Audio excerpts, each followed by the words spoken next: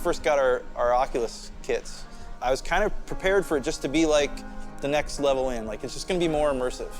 And what I was not prepared for was how the hardware was able to tap into real emotions in the people playing the game. To a game developer and a creator, that's like total gold. Just the simple act of reaching out and just batting a binder away and then watching it spin off, it's totally fucking magic. Name a video game that you can look at right now without VR that can make you feel that way. You can't. We never had that tool as game developers and creators before.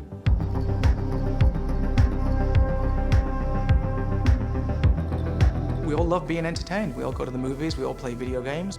You know, being entertained is a big part of being human. We like to listen to stories, we like to have experiences. Near freezing temperatures. And that's 659 tons of pressure per square foot pushing on your submarine's window. I think people are quickly understanding that if you're just making passive content in VR, you're not really realizing the potential of the platform. In VR, suddenly you have this ability to change the perspective that you have on a story or on a character. No longer are you a passive observer sitting in a seat munching on popcorn while you're being directed where to look in the box. It's up to you where to look. How do we tell a story in a virtual environment where we can't control where you're looking? The viewer's now the camera, and we have to use other tricks to bring things to your attention. We definitely had to use some new language in terms of how we storytell and how we put it together, how you construct the scene, even how you light it, how the animation works and the character moves in and out.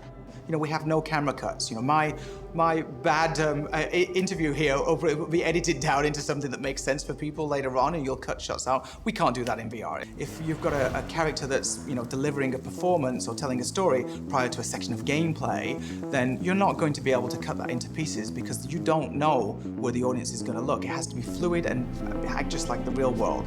But who are you? What is your experience? What is your perspective? Are you actually a part of that story? You're not dealing with a linear sort of storytelling mode, right? You have the ability to tell a story or to create an experience that can happen in all directions at once. That's what's exciting about being part of this, is to figure out what are the rules, what works, what doesn't, and how to tell a story. How do you make people care for a character? How do you make people feel sad for a character? How do you make them feel happy for a character? A lot of those feelings are based on traditional techniques that have been developed for film, but taking them into virtual reality requires understanding of the medium and the strengths and weaknesses of the medium. The first time you sit down, you put on a headset, and you get into a story and you watch it happen in front of you, that is an epiphany. You feel like emotionally overwhelmed.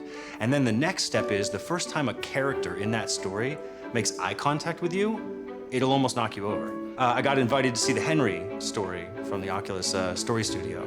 It's an amazing, simple, clean little experience that puts you inside of a short animation film. You feel like you're there, you feel like you're present, it's really amazing, and the lead character just looks at you.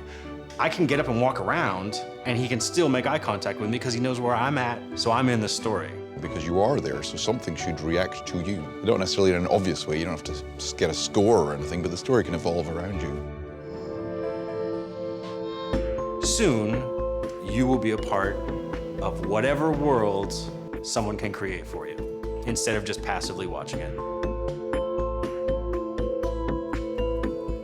VR is very, very good at making it your story in a way that you could only really do in a dream before this.